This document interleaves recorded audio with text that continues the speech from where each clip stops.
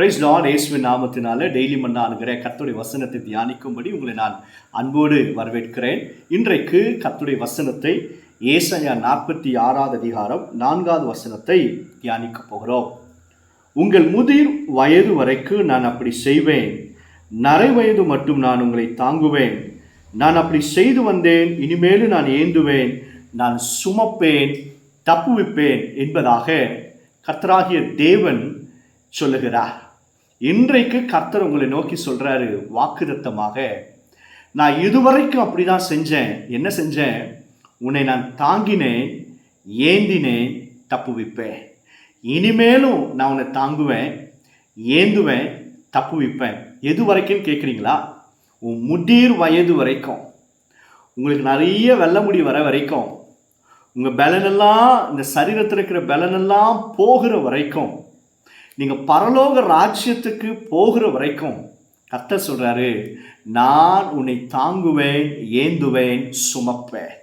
இந்த உலகத்தில் நிறைய பேர் நம்மோடு கூட இருப்பேன், நான் உங்களை பார்த்துக்கிறேன், நான் உனக்கு சப்போர்ட் பண்ணுறேன், கவலைப்படாத, எவ்வளோ வேணாலும் நான் உனக்காக செய்வேன், நீ தான் எனக்கு உயிர், இப்படியெல்லாம் சொல்லுவாங்க.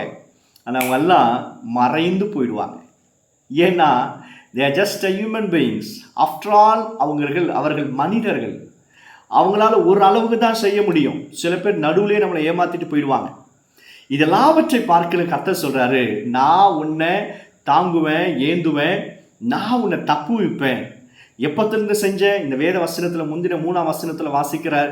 கர்த்தர் சொல்றாரு, உன் தாயின் கருவில் நீ இருக்கிறது நாளிலிருந்து நான் அப்படி தான் செய்கிறேன், இனிமேலும் நான் அப்படி தான் செய்வேன், உன் வயசான காலத்தில் நான் அப்படிதான் செய்வேன் என்று தேவனாகிய கர்த்தர் இன்றைக்கு உரைக்கிறார். என் அருமையான தேவ பிள்ளைகளை, உங்களுக்கு கர்த்தர் இந்த தீர்க்க தரிசனமாக சொல்லுகிறார்.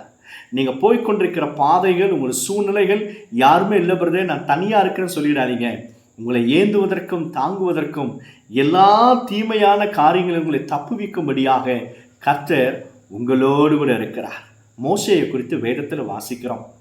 அந்த பார்வோன் ராஜா எல்லா எபிரேயர் குழந்தைகளையும் கொல்லும் பொழுது மோசேயுடைய அம்மா அப்பா மோசேயை 3 மாதம் ஒரு நாணல் பெட்டிக்குள்ளாக வைத்திருந்தார்களாம். இனிமேல் அந்த குழந்தைய வைக்க முடியாது என்று சொல்லி நைல் நதியில் விடுறாங்க. பாருங்க, யாருமே இல்லை. அந்த சின்ன குழந்தை ஒரு பெட்டியில் வைக்கப்பட்டு தன்னந்தனியாக அந்த சமுத்திரத்தில் மிதந்து போகிறதா. கர்த்தர் பாதுகாத்தார், கர்த்தர் தாங்கினார். யார் கொல்லணும்னு நினைச்சாங்களோ அவங்க கையிலேயே வளர்க்கவும் செய்தார், அரண்மனையில் வளர்க்க செய்தார். பிறகு மோசையோடு கர்த்தர் இருந்து நடத்தி அவரையே பெரிய லீடராக, தலைவனாக கர்த்தர் மாற்றினார்.